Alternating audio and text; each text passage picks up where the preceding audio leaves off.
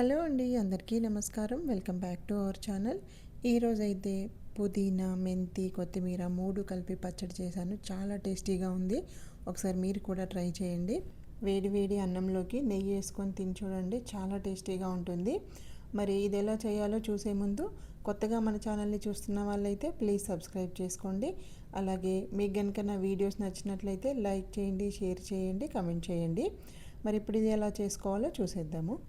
ఇక్కడ నేను అన్ని ఆకులు ఒక గుప్పెడు తీసుకున్నాను. మెంతి, పుదీనా, కొత్తిమీర ఆకులు, అలాగే ఇక్కడ పల్లీలు, వెల్లుల్లిపాయలు, పచ్చిమిరపకాయలు, కరివేపాకు, చింతపండు, టమాటోలు, ఆవాలు, జీలకర్ర, ధనియాలు అన్నీ రెడీగా పెట్టుకున్నాను. వీటితో పాటు పసుపు, ఉప్పు, నూనె కూడా అవసరం అవుతాయి.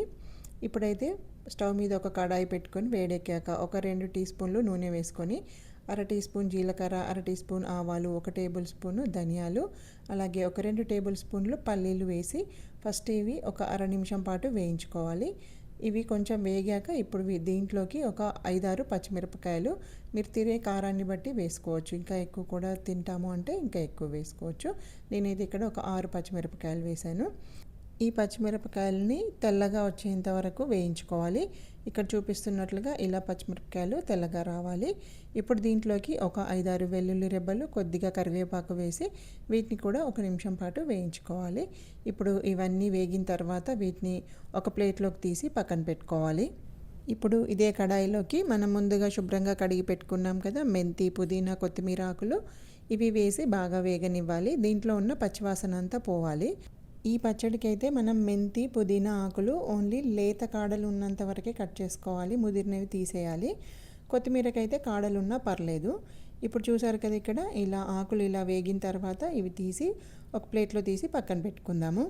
ఇప్పుడు ఇదే కడాయిలోకి ఇంకా ఒక 2 టీ స్పూన్లు నూనె వేసి టమాటోలు చూపించాను కదా స్టార్టింగ్లో, 2 టమాటోలు, వాటిని ముక్కలుగా కట్ చేసి దీంట్లో వేసుకొని కొద్దిగా చింతపండు, చిన్న ఉసిరికాయ సైజ్ అంతా, అర టీ స్పూన్ పసుపు, 1 టీ స్పూన్ ఉప్పు వేసి మూత పెట్టి ఈ టమాటోలు మెత్తబడేంత వరకు 2-3 నిమిషాల పాటు ఉడకనివ్వాలి.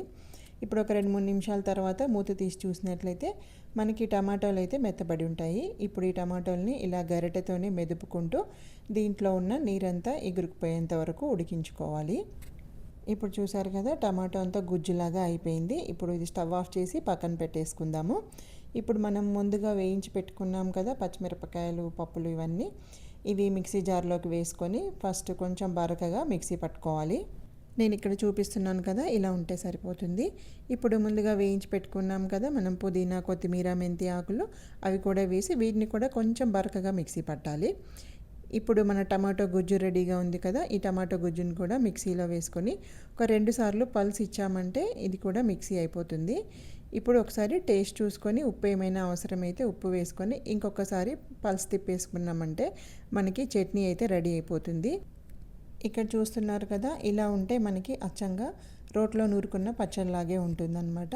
ఇప్పుడు దీంట్లోకి తాలింపు పెట్టుకుందాము. ఇప్పుడు తాలింపు కోసము ఒక 2 టేబుల్ స్పూన్లు నూనె వేడి చేసుకొని దీంట్లోకి ఆవాలు, జీలకర్ర, మినపప్పు, శనగపప్పు వేసుకొని వేగిన తర్వాత ఒక 2 ఎండుమిరపకాయలు కూడా వేసుకొని ఇవి కూడా వేగాక కరివేపాకు వేసి వేయించుకొని ఈ తాలింపు తీసుకెళ్ళి పచ్చడిలో వేసుకున్నామంటే మనకి ఎమ్మీగా ఉండే పచ్చడి అయితే రెడీ అయిపోయింది. ఇది నేను 3 కలిపి చేశాను, కానీ మీరు ఏదో ఒక ఆకు అయినా సరే వేసి ఇదే ప్రాసెస్లో చేసుకోవచ్చు.